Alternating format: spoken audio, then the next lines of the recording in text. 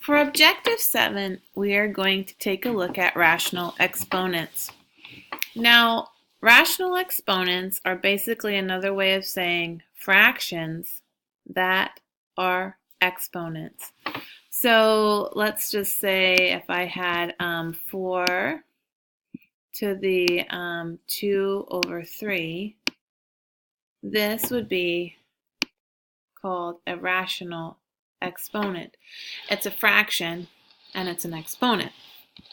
So these get a little bit tricky, and let's have a look at how the book defines it.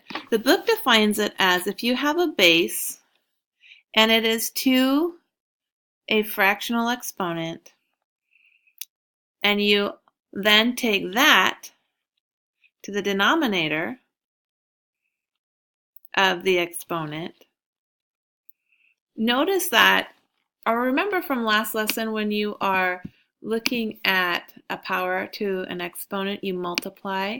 So in this case, I have a 1 over n, and I'm multiplying it by an n.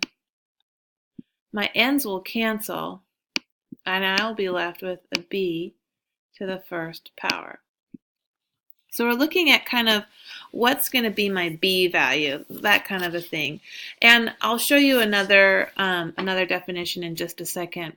25 to the 1/2 is the same as 5, because 5 to the 2 over 1 is 25. Here's another example. 16 to the 1/2 is 4, because 4 to the 2 over 1 is 16. 27 to the 1/3 is 3, because 3 to the 3 over 1 is 27. Here's one with a negative value base.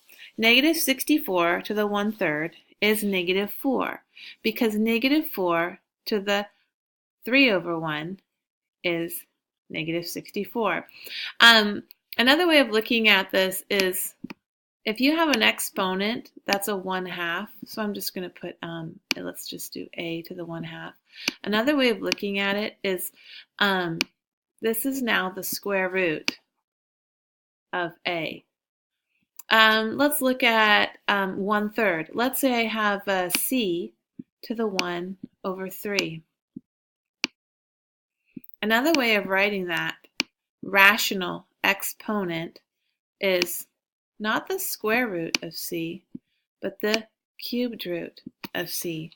And these get pretty interesting when you don't just have a 1 over 3 or a 1 over 4 or a 1 over 2, but you have a value as the m and the n, like 2 to the 5 divided by 2. So now that looks kind of complicated. 2 to the 5 over 2. Let's have a look at what that means.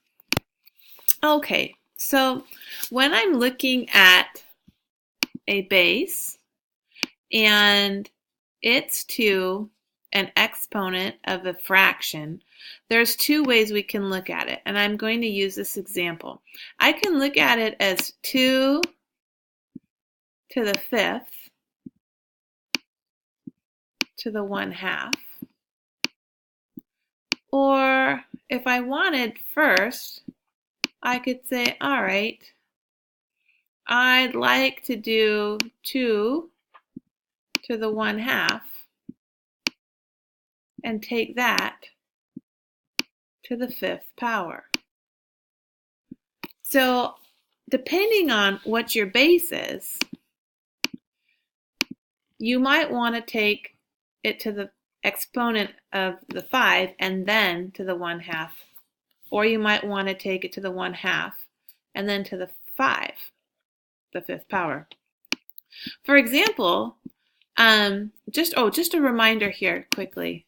This 1/2 is the same as the square root. So this 2 to the 5 over 2 is the same as 2 to the 5th,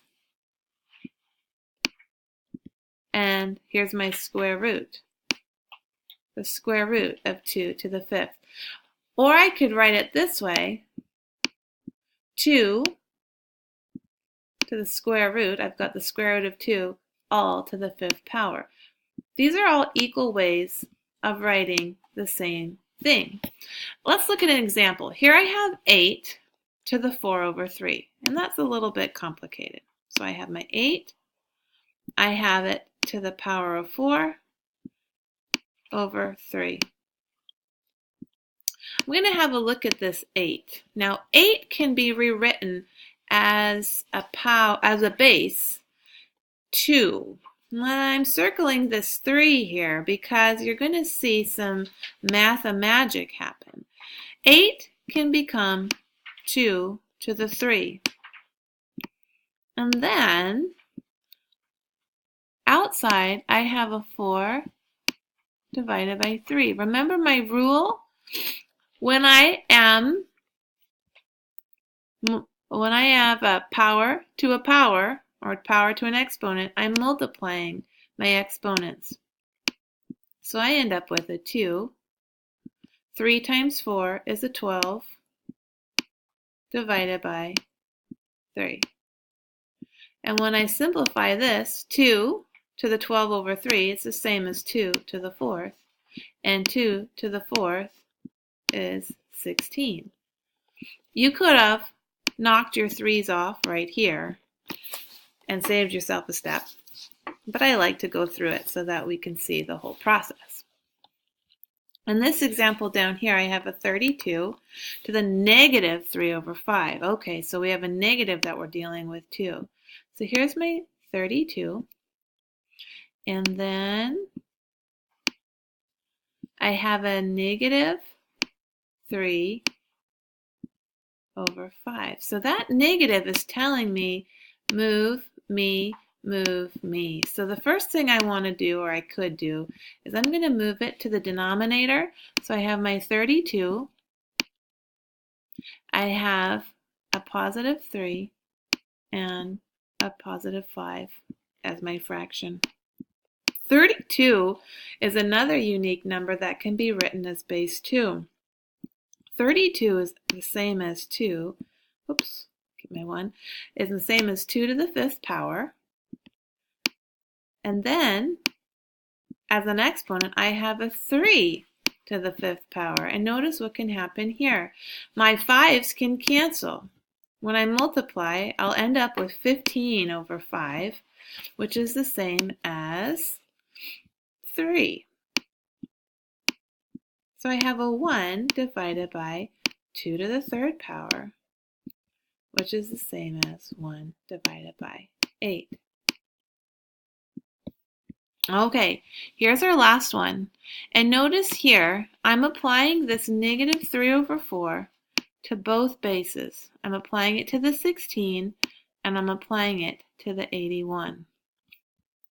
So one of the ways we could do it, or get started with it, is 16 to the negative 3 over 4 in the numerator divided by 81 to the negative 3 over 4.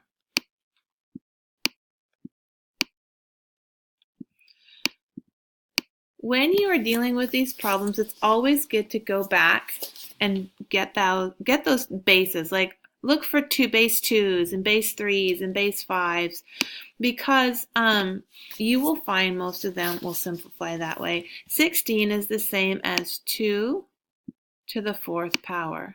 And it's going to be multiplied now to the negative 3 over 4. Can you see those 4s? They're going to cancel. In the denominator, 81 can be written as 3 to the 4th power. And look at that.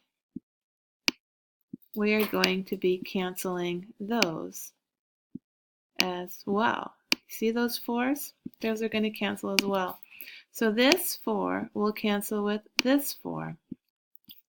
And this 4 down here will cancel with that 4. So we're looking at 2 to the negative 3 in the numerator divided by 3 to the negative 3. And a quick reminder, when I have a negative exponent, It's telling me, move me, move me. So 2 to the negative 3 will have to get moved to the denominator, and the exponent will become positive. 3 to the negative 3 says, move me, and he wants to go upstairs. Remember, again, when the 3 is moved, the exponent will become positive. So in the numerator, I have 3 to the third. In the denominator, I have 2 to the third. 3 to the third is 27. And the denominator is 2 to the third, which is 8.